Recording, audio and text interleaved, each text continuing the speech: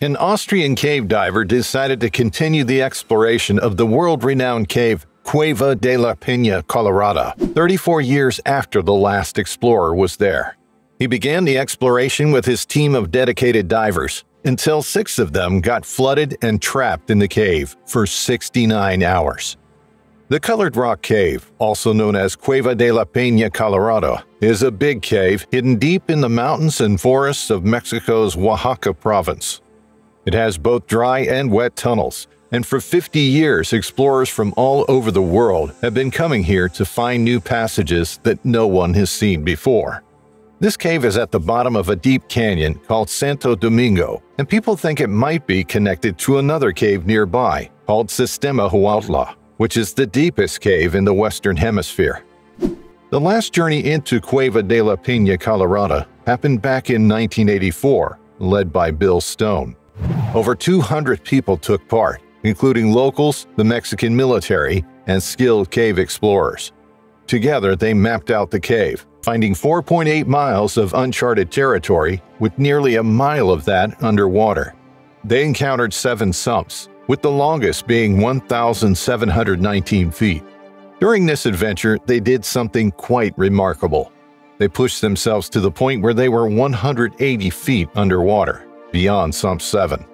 This was a groundbreaking achievement in the world of cave exploration. Dr. Andreas Klocker, originally from Austria, started his journey in marine environmental science in Germany.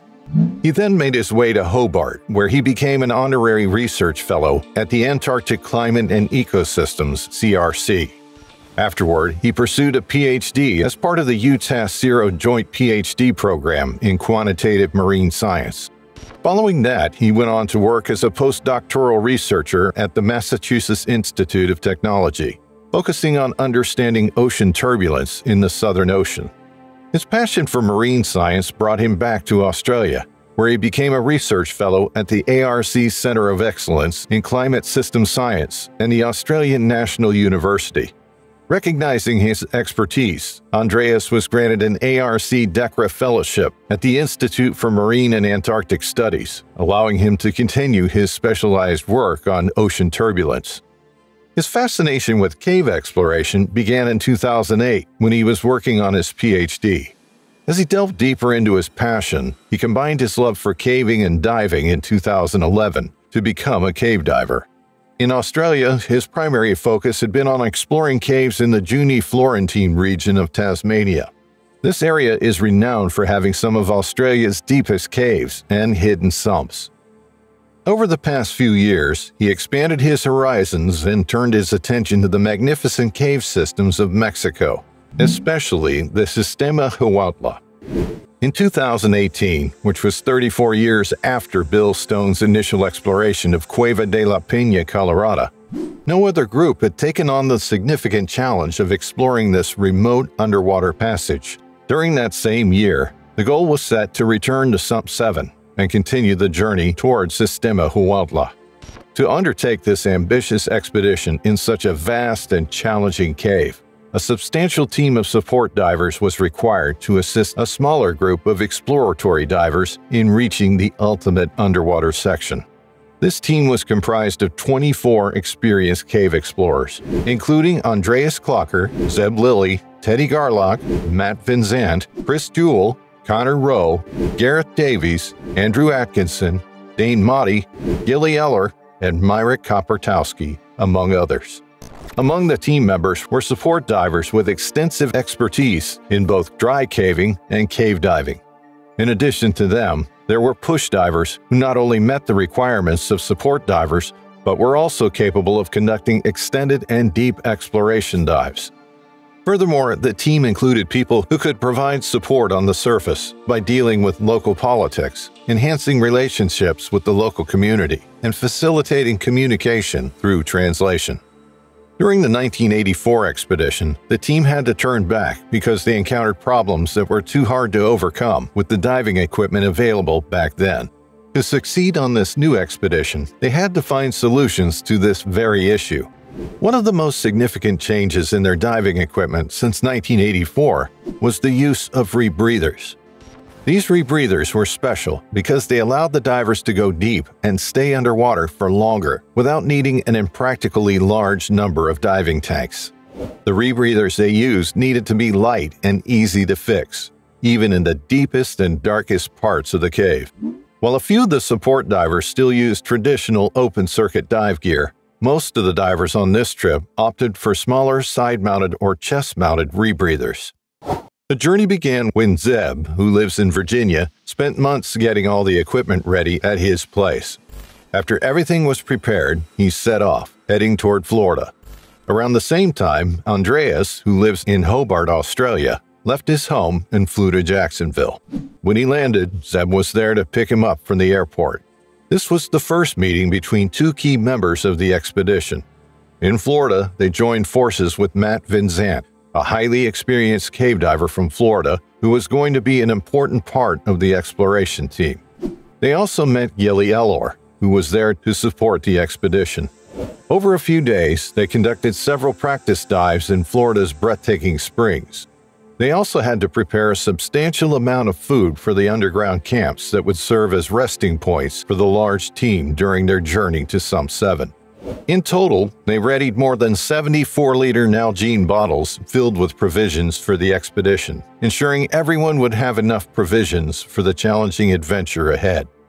Once they arrived at the diving spot, it was time to begin the challenging task of moving a lot of equipment toward Sump 7.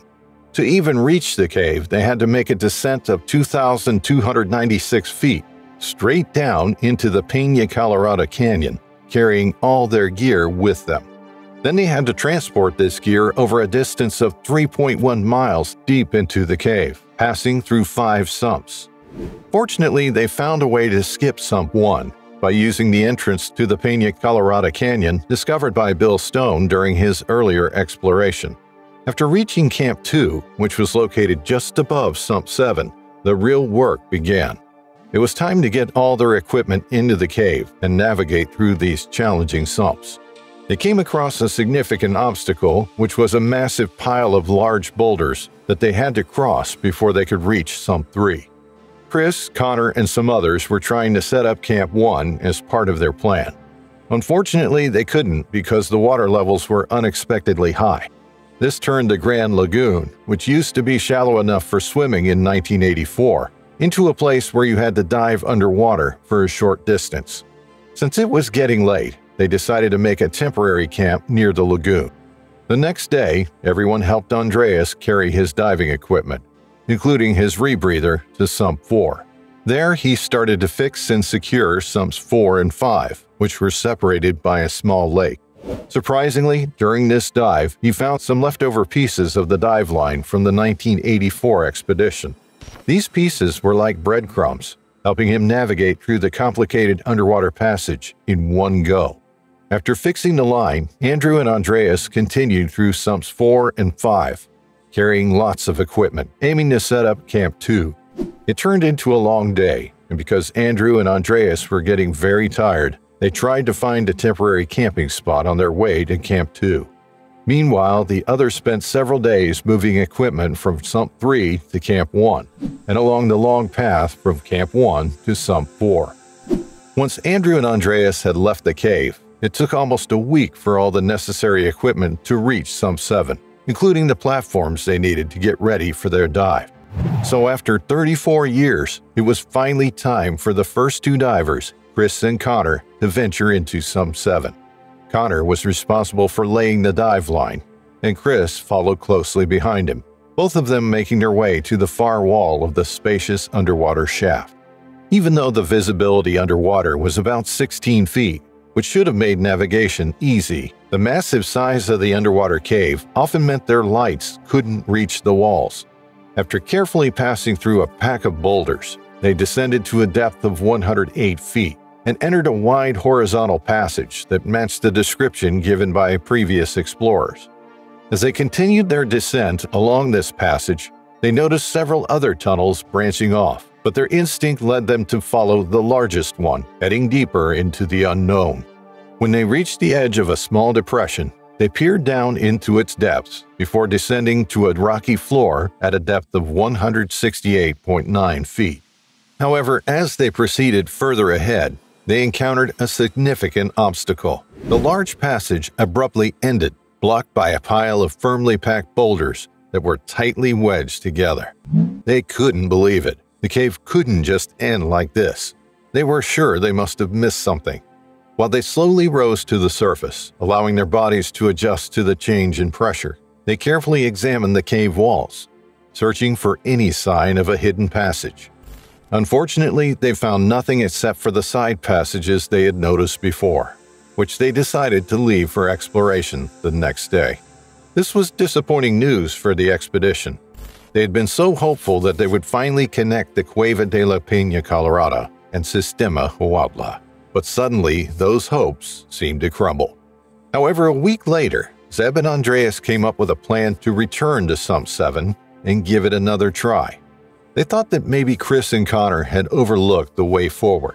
While Jim and Adam stayed on the surface, watching the rain pour down, Zeb, Andreas, and several support crew members got busy preparing for another dive into Sump 7. Their goal was to find a way around the pile of boulders that had stopped Chris and Connor during their attempt to explore this part of the cave. Unfortunately, there was no way for the people deep inside the cave to talk to those on the surface, so they had no clue about the sudden weather change. Meanwhile, up on the surface, Chris mentioned to Jim that it's common for rain to happen at this elevation and assured him that it should stop soon. However, as they strolled through the town and chatted with some cavers from the nearby Cheve expedition, which was led by Bill Stone, the rain just wouldn't let up.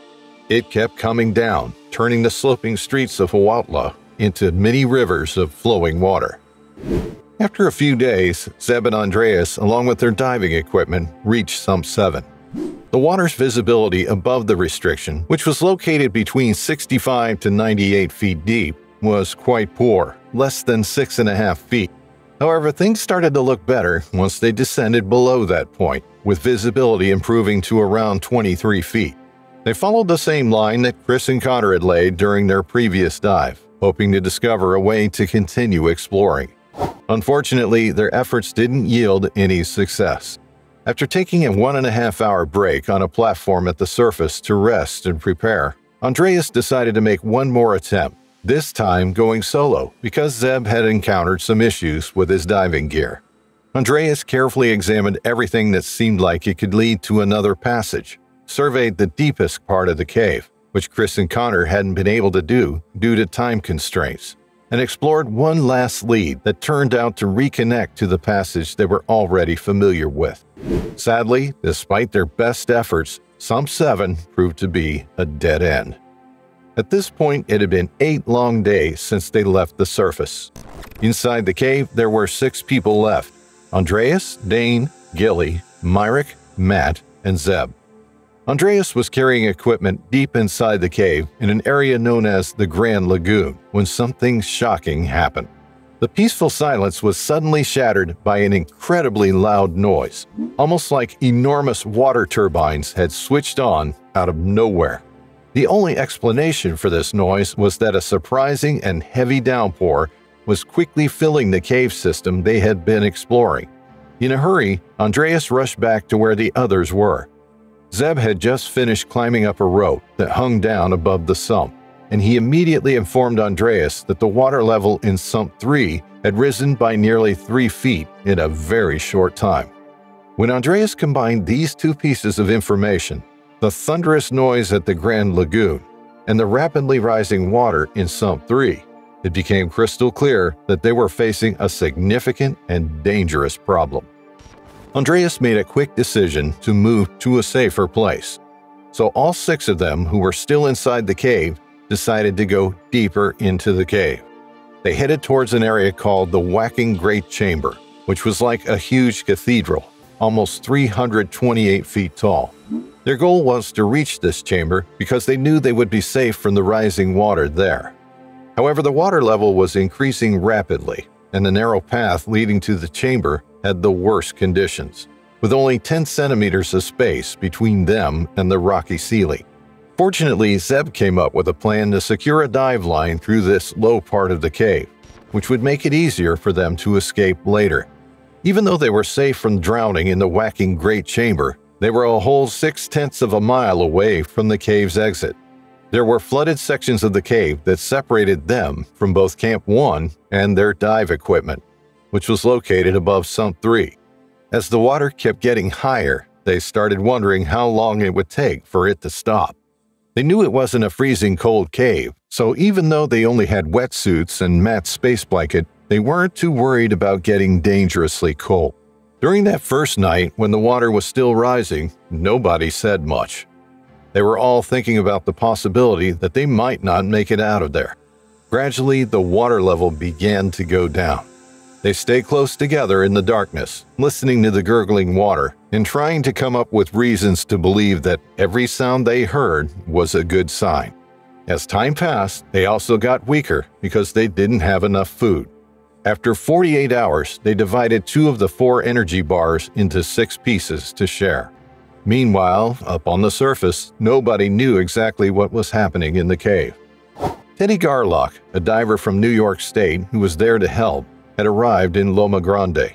He began the tough job of making the guidelines in the flooded cave longer and collecting all the stuff that was floating and most of the stuff underwater. After some time, he reached the main point where the guideline was tied off on the other side of Sump 3. To his disappointment, that area also had a lot of water. He had already used up all the spools he had with him or could find, so he had to turn back.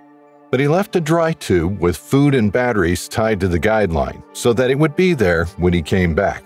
After waiting for 2 days, Teddy went back to Sump 3 and noticed that the water had gone down by a good 26 feet. He decided to make the dive alone and extended the guideline to the far side. When he surfaced, he found himself in a big air chamber and 6 headlamps were shining at him. Finally, he had reached them. Help had arrived and they were getting out right then and there. The total time the trapped divers spent between the 2 flooded passages was 69 hours.